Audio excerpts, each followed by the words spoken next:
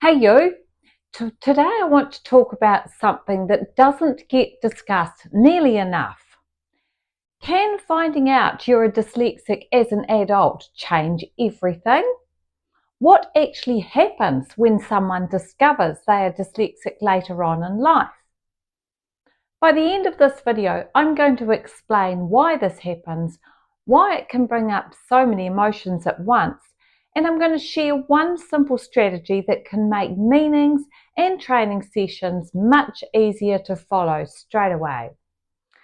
Firstly, let's start with a comment that appeared on one of my YouTube videos recently that really made me think. A 43-year-old wrote that they had only discovered they were dyslexic a couple of years ago. They said that it explained many of their experiences at work. However, they also said something else. It's difficult to process. That sentence says a lot because discovering dyslexia as an adult can bring up many emotions all at once. For some people, there's that sense of relief. Suddenly, years of experience begin to make sense. Why meetings felt exhausting, why reading dense information and manuals and those heavy types of text takes so much longer, why some tasks seem to require far more effort than they do for other people.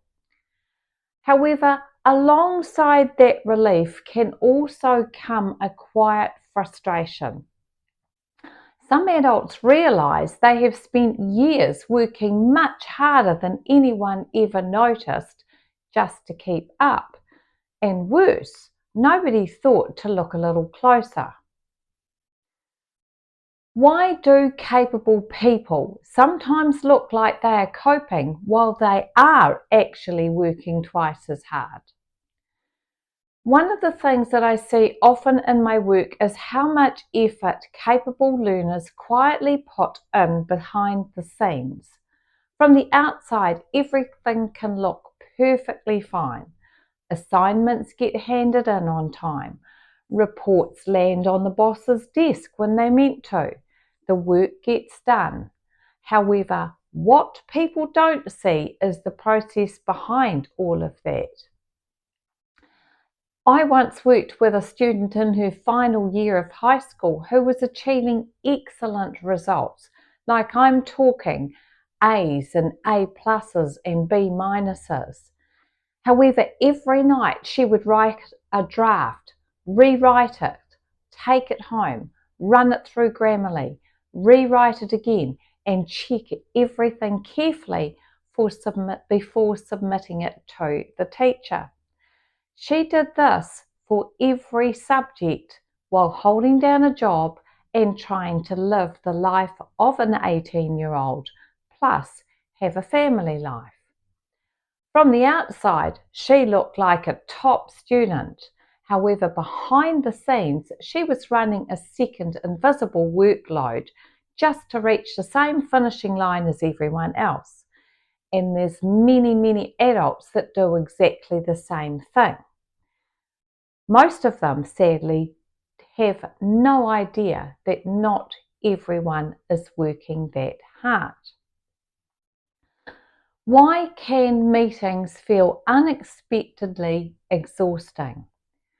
Another experience adults often describe as meetings, and this one tends to catch people off guard because it happens somewhere so ordinary.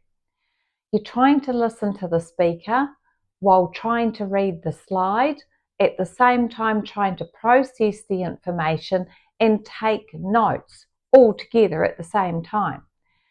Just as you're halfway through reading the slide, it disappears and then the next one appears. Suddenly, you're behind.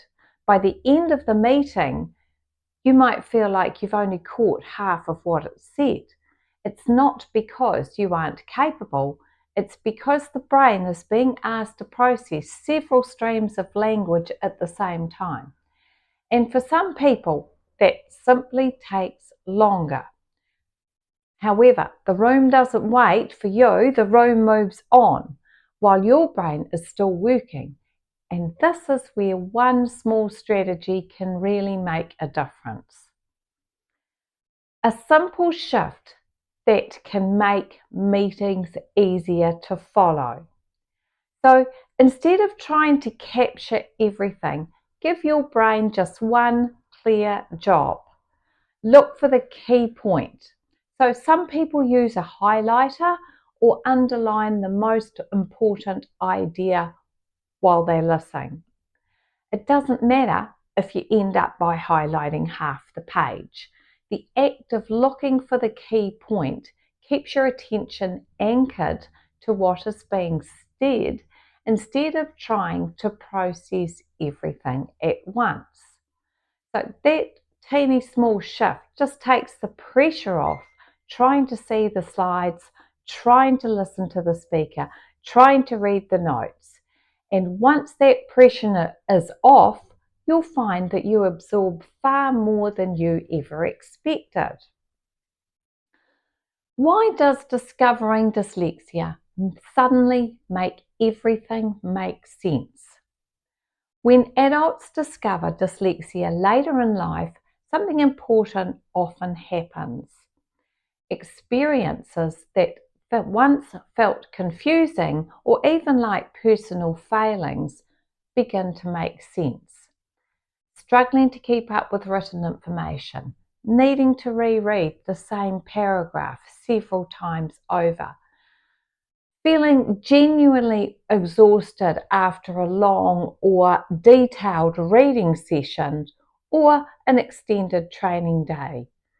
These experiences suddenly have an explanation, and for many people it brings enormous relief. For some, it also brings a complicated frustration, a quiet anger that nobody noticed earlier and that they spent so long working twice as hard and calling it normal. Both feelings make absolute, complete sense. If you've discovered dyslexia as an adult, or you suspect that you might be dyslexic, you are certainly not alone with that. You're not even close. The person who left a comment on my video has spent 4 decades making sense of a world that wasn't designed with their brain in mind.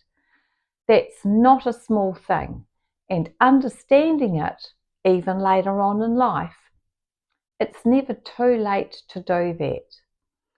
So once you understand how your brain processes information, something changes, and that's not because you've suddenly changed. It's because you finally understand how your brain works best, and that changes everything. If this video has been helpful for you or helped something click for you today, I would really appreciate it if you could like the video and subscribe to my channel. It really helps people who might be quietly struggling with the same thing find this information. And if someone came to you or someone came to mind while you were watching this, feel free to share this video with them. Sometimes just understanding how the brain works makes such an enormous difference. We're also hosting online screenings of the award-winning documentary Who Knew Dyslexia is a Way of Thinking this week. I'll leave a link below. It is well worth an hour of your time. Nikki Mountain from Dyslexia Unpuzzled. Talk to you next time.